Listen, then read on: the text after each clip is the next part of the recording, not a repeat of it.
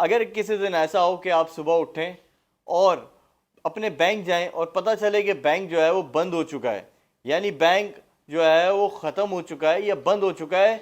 तो फिर आपको कैसा लगेगा? बिल्कुल, आज हम इसी टॉपिक पे बात करने लगे कि एक ऐसा बैंक जो दुनिया का बहुत बड़ा मुल्क अमेरिका है, उसका एक बैंक जो है वो बंद हो गया, जिसके सार्फिन को यानी उसके डिपॉजिटर्स को जो है वो इस चीज़ का सामना करना पड़ा। जब अगर आज हम इसी टॉपिक के ऊपर बात करने लगे हैं कि अगर ऐसा होता है तो फिर क्या होगा, आपका अमाउंट जो बैंक में रखा हुआ है वो अगर आपको ना मिले और बैंक भाग जाए या बैंक बंद हो जाए किसी भी वजूहत की वजह से, तो फिर क्या होगा। आज का हमारा टॉपिक है एक ऐसे बैंक के हवाले से जो कि दुनिया का सबसे बड़े मुल्क का एक बैंक है, यानी हम बात कर रहे हैं अमेरिका की। अमेरिका का एक बैंक जो कि सिलिकॉन वैली के नाम से मौजूद है, गुज़िश्ता 3-4 दिनों पहले जो है वो डिफ़ॉल्ट हो गया। वो लोगों को पेमेंट देने में कासिर रहा और फाइनली उसको गवर्नमेंट ने टेक ओवर कर लिया और उसको बंद कर दिया। कि ये बैंक क्यों बंद हुआ, क्या ऐसी वजूहत हुई, और क्या ये अमेरिका में एक बैंक जब बंद हो सकता है तो क्या दूसरे मुल्कों में या पाकिस्तान में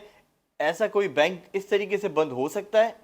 आइए इसको जानने के लिए थोड़ा सा डीप में चलते हैं। मैं आपको कोशिश करूंगा आसान अल्फाजों में आपको जो है वो बता सकूं कि इस बैंक के साथ ऐसा क्या हुआ और आप अपने आप को कैसे सिक्योर कर सकते हैं, पाकिस्तान के अंदर बैंकिंग में भी या फिर कहीं पे भी आपका डिपॉजिट है वहां पे भी। सिलिकॉन वैली जो है अमेरिका का 16वां बड़ा बैंकों में शुमार होता है। इसका शुमार बड़े बैंकों में आता है। ऐसा क्या हुआ कि ये बैंक रातों रात जो है वो with in the 4 to 5 days के अंदर बंद हो गया। कहानी यहाँ से स्टार्ट नहीं होती कि ये 3 से 4 दिन में बंद हो गया, इसके पीछे पूरी एक जो है वजह है। वो वजह क्या है आज जानने की कोशिश करेंगे कि ऐसा क्या हुआ। सिलिकॉन वैली जो है बेसिकली ये एक ऐसा बैंक था जो ज़्यादातर स्टार्टअप लोन्स को जो है वो तरजीह देता था और ज़्यादातर स्टार्टअप्स को जो है वो लोन प्रोवाइड करता था। और सिलिकॉन वैली जो है वो प्राइवेट इक्विटीज़ को जो है वो लोन देता था। हुआ कुछ ऐसा 2022 31 दिसंबर तक इसकी बैलेंस शीट को अगर देखा जाए तो नॉर्मल चल रही थी, लेकिन उसके बाद से 3 महीने में ऐसा क्या हुआ कि इस बैंक को बंद होना पड़ा और ये अपने डिपॉजिटर्स को पैसे तक नहीं दे पाया। इस वीडियो को आगे बढ़ाने से पहले मैं आपको थोड़ा सा बैंक का मॉडल रेवेन्यू समझाता चलूं ताकि आपको आसान अल्फाजों में आगे की वीडियो समझ आ सके कि क्यों ऐसा हुआ कि अमेरिका का एक मशहूर बैंक सिलिकॉन वैली जो है वो डिफॉल्ट कर गया। बैंक जो है वो उनका मॉडल रेवेन्यू ये होता है कि जो भी डिपॉजिट उनके पास मौजूद होता है उस डिपॉजिट को वो आगे आगे लोन की सूरत में आवाम को देते हैं या कंपनीज को देते हैं ताकि उनसे ज़्यादा इंटरेस्ट रेट के ऊपर जो है वो लोन दिए जाएं और वहाँ से इंटरेस्ट ज़्यादा से ज़्यादा लिया जाए। जबकि होता क्या है, अगर बैंक के पास आप डिपॉजिट रखवाते हैं, या इसको मैं आसान अल्फाज में समझाऊँ तो जैसे आप अगर अपने अकाउंट खुलवाते हैं करंट अकाउंट में आप अपना डिपॉजिट रखते हैं तो बैंक को आपको कुछ नहीं देना होता। इसी तरह अगर आप अपना सेविंग अकाउंट खुलवाते हैं तो बैंक आपसे जो है वो आपको 2% या 3% दे रहा होता है। इसी तरह अगर आप अपने पैसे को डिपॉजिट कराते हैं और फिक्स डिपॉजिट करा देते हैं एफडी, तो उस सूरत में भी आपका एक ड्यूरेशन के लिए जो है वो पैसा बाउंड रहता है अकाउंट में और आपको कुछ परसेंटेज जो है वो बैंक दे रहा होता है। यहाँ पर जो भी टोटल आपका डिपॉजिट तीनों सूरतों में मौजूद होता है, बैंक उस डिपॉजिट को आगे लोन्स की सूरत में कंज्यूमर्स को दे रहा होता है बड़े रेट्स के ऊपर, ज़्यादा इंटरेस्ट रेट पे, ताकि आपका भी जो परसेंटेज है वो निकाल सके और साथ साथ बैंक अपना प्रॉफिट भी ले सके। ये बेसिकली बैंक का मॉडल रेवेन्यू होता है जिसके ऊपर बैंक जो है वो डिपेंड कर रहे होते हैं। अब बात करते हैं कि सिलिकॉन वैली बैंक जो है वो क्या करता था। वो बेसिकली जो है वो स्टार्टअप कंपनीज को जो है वो लोन देता था और प्राइवेट इक्विटीज़ वालों को लोन देता था। अब जैसा आपको पता है सारी चीज़ें इस वक्त अगर हम इसकी बैलेंस शीट के मुताबिक निकालें तो 2022 का 31 दिसंबर तक इसकी बैलेंस शीट बहुत अच्छी थी, यानी उस वक्त तक उसका रिजर्व थे 211 बिलियन डॉलर्स। तो फिर ऐसा क्या हुआ कि 3 महीने में इस बैंक को जो है वो डिफॉल्ट होना पड़ा और ये लोगों के डिपॉजिट अमाउंट देने से कासिर था। जैसे मैंने बताया कि 211 बिलियन के करीब इसका जो बैलेंस शीट मौजूद था, लेकिन अगर हम इसकी लोन की बात करें जो इसने मार्केट में दिया हुआ था वो सिर्फ 74 बिलियन था। यानी 211 बिलियन का डिपॉजिट अमाउंट मौजूद और उसमें से सिर्फ 74 बिलियन का अमाउंट जो है वो कंज्यूमर को लोन की सूरत में दिया हुआ था। यही एक बेसिक वजह थी जिसकी वजह से इसको बहुत बड़ा हिट लग रहा था। अब अगर हम बात करें स्टार्टअप की, तो आपको पता है क्योंकि इकोनॉमी क्राइसिस पूरी दुनिया में मौजूद है, जिसकी वजह से बहुत सारे स्टार्टअप जो है वो सही तरीके से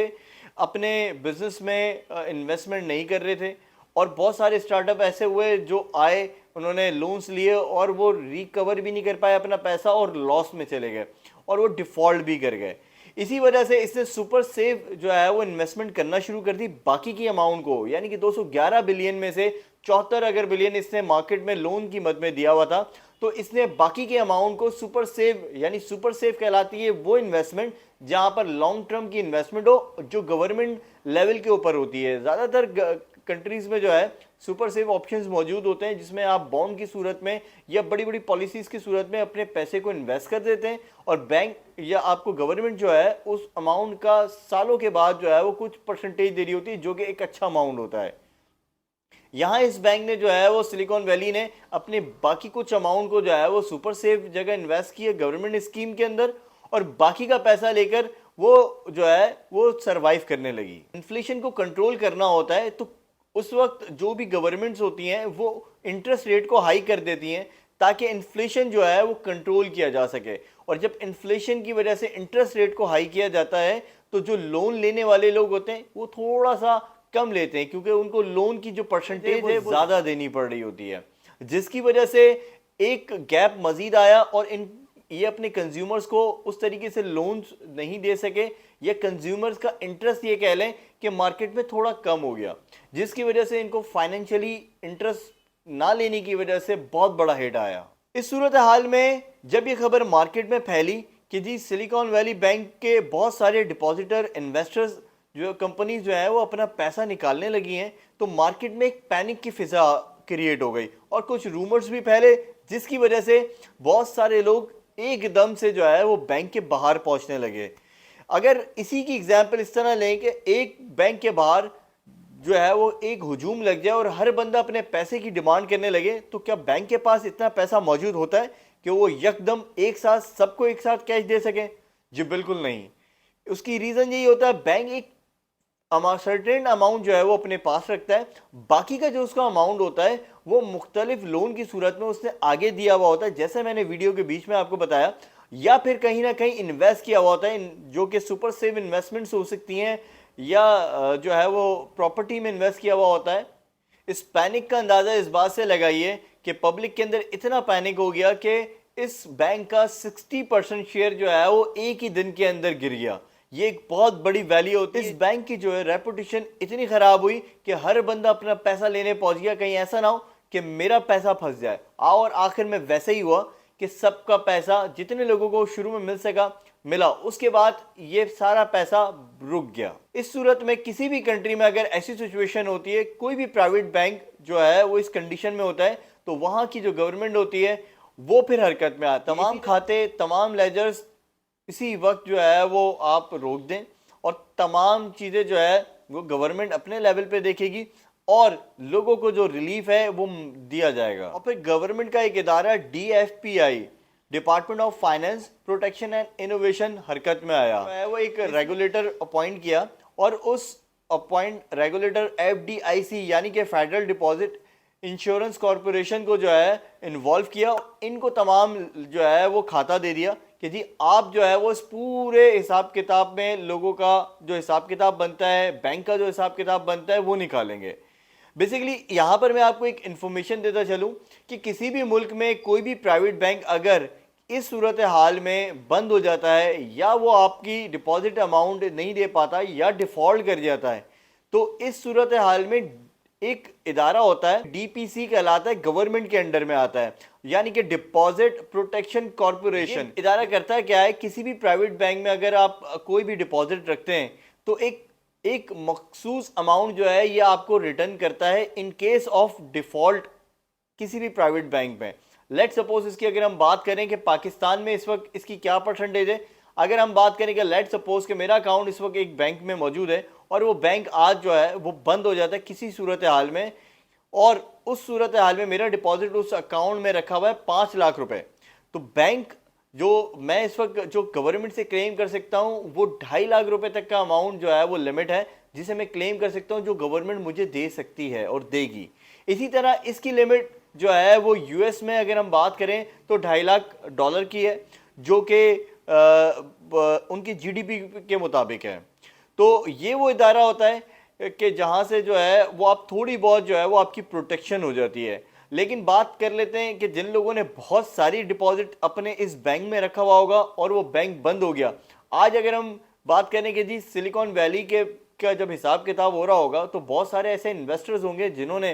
$5-5 लाख या $10-10 लाख या मिलियंस ऑफ डॉलर्स रखे हुए होंगे। तो उनका क्या होगा, पहले देखा यह जाएगा कि किसके हिस्से में कितना आ सकता है, कितना डिवाइड हो सकता है और कितना मैक्सिमम लोगों को फैसिलिटेट किया जा सकता है। और अगर नहीं कर पाए तो कम से कम $2.5 लाख जो है वो तमाम लोगों के हिस्से में आ जाएगा जिनकी अमाउंट उससे ऊपर है। अब बात कर लेते हैं कि भाई इस सूरत हाल में आपको ऐसा क्या करना चाहिए जिसकी वजह से आप इन सारे मामलात से बच सकें। तो भाईजान ऐसा कोई भी हल नहीं है, लेकिन हाँ इससे बचने के थोड़े से तरीकेकार हैं जिससे आप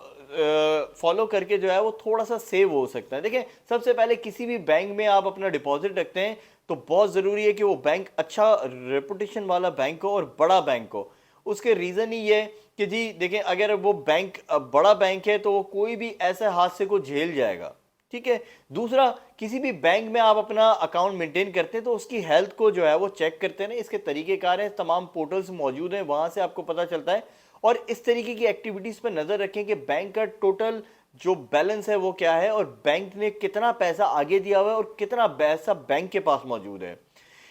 और इसके साथ साथ एक और छोटा सा हल है जिसको आप फॉलो कर सकते हैं अगर आप चाहें कि देखें, जैसे मैंने आपको बताया कि पाकिस्तान में इस अमाउंट को रिकवर करने की गवर्नमेंट लेवल पे जो पीकेआर की वैल्यू है वो 2.5 लाख रुपए। अगर आपके पास लेट सपोज कि जी 10 लाख रुपए हैं तो आप 4 मुख्तलिफ बैंकों में अपने अकाउंट खोलें और सब में अपना अमाउंट जो है वो डिवाइड करके रखें। इनकेस अगर कोई एक बैंक डिफॉल्ट होता भी है तो आपको 2.5 लाख रुपए तो कहीं ना कहीं से रिकवर हो जाएंगे।